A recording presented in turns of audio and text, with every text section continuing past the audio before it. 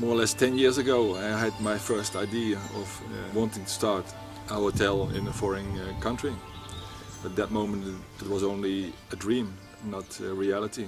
And at the end, when I was celebrating a holiday, I decided at that moment that I wanted to make the dream come true. And it had to be true within 5 years.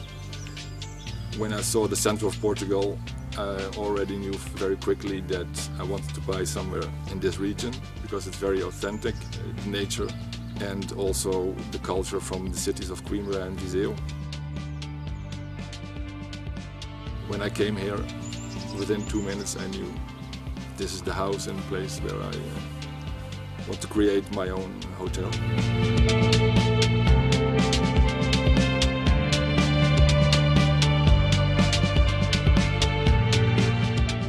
I created my own concept, so it has to be minimum a 4-star holiday with luxury and comfortable rooms, big rooms.